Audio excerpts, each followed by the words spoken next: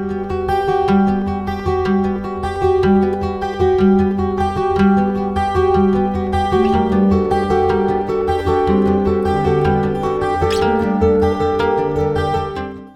The Lord. ദൈവം സർവശക്തൻ, ദൈവനാമം മഹത്വപ്പെടുമാറാകട്ടെ.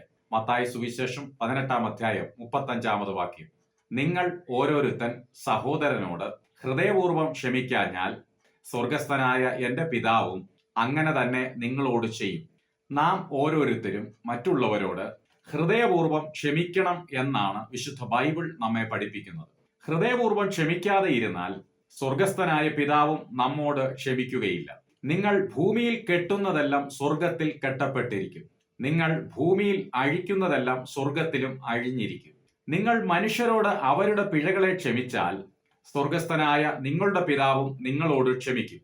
നിങ്ങൾ മനുഷ്യരോട് പിഴകളെ ക്ഷമിക്കാഞ്ഞാലോ നിങ്ങളുടെ പിതാവ് നിങ്ങളുടെ പിഴകളെയും ക്ഷമിക്കയില്ല. കേൾക്കുന്നവർക്ക് കൃപ ലഭിക്കേണ്ടതിനും ആവശ്യം പോലെ ആത്മീക വർധനയ്ക്കായി നല്ല വാക്കല്ലാതെ ആകാത്തതൊന്നും നിങ്ങളുടെ വായിൽ നിന്ന് പുറപ്പെടരുത്. ദൈവത്തിന്റെ പരിശുദ്ധാത്മാവിനെ ദുഃഖിപ്പിക്കരുത്. കാരണം അവനാലല്ലോ നിങ്ങൾക്ക് വീണ്ടെടുപ്പിൻ നാളിനായി മുദ്രയിട്ടിരിക്കുന്നത്. എല്ലാ കയ്പും കോപവും ക്രോധവും കുറ്റാരവും ദൂഷണവും സകല ദുർഗുണവുമായി നിങ്ങളെ വിട്ട് ഒഴിഞ്ഞു പോകട്ടെ. നിങ്ങൾ തമ്മിൽ ദയയും മനസ്സലിവും ഉള്ളവരായി ദൈവം ക്രിസ്തുവിൽ നിങ്ങളോട് ക്ഷമിച്ചതുപോലെ അന്യോന്യം ക്ഷമിപ്പീൻ. യേശുക്രിസ്തു തന്റെ ക്രൂശീകരണ വേളയിൽ പിതാവിനോട് അപേക്ഷിച്ചത്, പിതാവേ, ഇവർ ചെയ്യുന്നത് ഇന്നത് എന്ന് അറിയായിക കൊണ്ട് ഇവരോട് ക്ഷമിക്കണമേ എന്നാണ്.